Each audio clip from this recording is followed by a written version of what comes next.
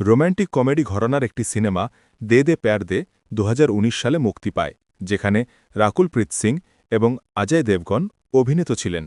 ছবিটির বিশেষত্ব ছিল এটি কোনো নিয়মিত রম-কম ছিল না, কারণ এর সবচেয়ে বড় প্লাস পয়েন্ট ছিল বয়সের ব্যবধান। এই কারণে প্রদর্শিত অস্বাভাবিক রসায়ন দর্শকদের দ্বারা সমাদৃত হয়েছিল এবং এই ছবিটি দে দে প্যার দে ২ এর গল্পকে এগিয়ে নিয়ে যায়, যা ইতিমধ্যেই প্রেক্ষাগৃহে মুক্তি পেয়েছে এবং আমি এটি ইতিমধ্যেই দেখেছি। তাহলে আসুন দ্রুত কথা বলি। যদি আপনি প্রথম অংশটি দেখে থাকেন, তাহলে সেই ছবিটিতে কেবল ছেলেটির দিকটি দেখানো হয়েছিল, তার পরিবার দেখানো হয়েছিল। অবশেষে রাকুল বলে, তোমাকে এখন আমার বাবা মায়ের সাথে দেখা করতে হবে, এবং সেখান থেকেই সিনেমাটি শুরু হয়। আসলে এই ছবিতে প্রথম অংশের একটি সংক্ষিপ্তসারও রয়েছে, যাতে গল্পটি বোঝা সহজ হয়, এমনকি যদি আপনি প্রথম অংশটি না দেখে থাকেন। আর এটা যুগ যুগ ধরে একটা ঐতিহ্য। যখন ভালোবাসার কথা আসে, তখন মেয়ের বাবা মায়ের মন জয় করা অবিশ্বাস্য রকম কঠিন। তাছাড়া বয়সের বিশাল ব্যবধানের ব্যাপারটাও আছে। ছেলেটি মেয়ের বাবার বয়সের সমান। একজন বাবার অবস্থাটা কল্পনা করুন। এই ছবিতে কৌতুকের মাধ্যমে বয়সের এই ব্যবধান তুলে ধরা হয়েছে।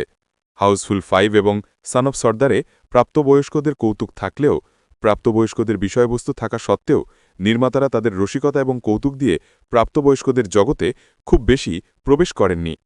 ঈশ্বরকে ধন্যবাদ, কিছুটা হলেও আছে, কিন্তু এতটা চরম নয় যে আপনি আপনার পরিবারের সামনে বিব্রত বোধ করবেন। এটি একটি অত্যন্ত ভারসাম্যপূর্ণ কমেডি, যা আপনাকে অবশ্যই হাসাতে বাধ্য করবে, কারণ এটি মনোভাবেই ছেলেদের স্পর্শ করা সিনেমা নয়। গল্পটি একটি পরিবারকে ঘিরে আবর্তিত হয়। অতএব নির্মাতারা এটিকে পরিবার বান্ধব করার জন্য সর্বাত্মক প্রচেষ্টা করেছেন, এবং এতে কোনো প্রাপ্তবয়স্কদের কৌতুক জড়িত নেই। আমি চিন্তিত ছিলাম যে তারা হাউসফুল 5 বা সান অফ সর্দার 2 এর মতো একই ভুল করতে পারে। সিনেমাটি প্রায় ২.৫ ঘন্টা দীর্ঘ, কিন্তু কমিক পরিস্থিতি এমনকি কঠিন আবেগের ভারসাম্য এতটাই যে আপনি সময়ের হিসাব রাখতে পারবেন না, আপনি তা টেরও পাবেন না। প্রতিটি বাবা এবং মেয়ে অবশ্যই এই চরিত্রের সাথে সম্পর্কিত হবে। আমি বলবো, প্রতিটি বাবা এবং মেয়ের একসাথে এই সিনেমাটি দেখা উচিত। তাদের বন্ধন আরও দৃঢ় হবে। শয়তানে আমরা যে অজয় দেবগন মাধবন প্রতিদ্বন্দ্বিতা দেখেছি, তাও এখানে ইঙ্গিত করা হয়েছে। এবং যাই হোক, এটি খুব সৃজনশীল ছিল। এখন প্রথমার্ধটি কমেডিতে পূর্ণ, কমিক পরিস্থিতিতে ভরা। অন্যদিকে দ্বিতীয়ার্ধটি আরও ড্রামাটিক মনে হবে, এমনকি আবেগিক গঠন আরও তীব্র।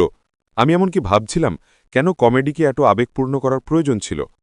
কিন্তু অপেক্ষা করুন, শেষে একটি বড় মোড় আছে, যা সিনেমাটিকে আবার ট্র্যাকে ফিরিয়ে আনে।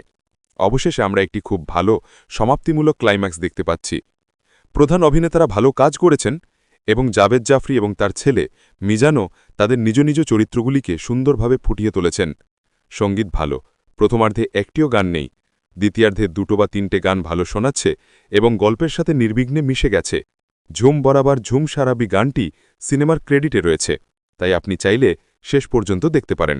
অন্যথায় আমি বলবো, এটি একটি সম্পূর্ণ টাইম পাস সিনেমা, যা আপনি সবার সাথে উপভোগ করতে পারেন। সামগ্রিকভাবে এই ছবিটি সহজেই আমার কাছ থেকে 5-এর মধ্যে 3.5 স্টার পেয়েছে।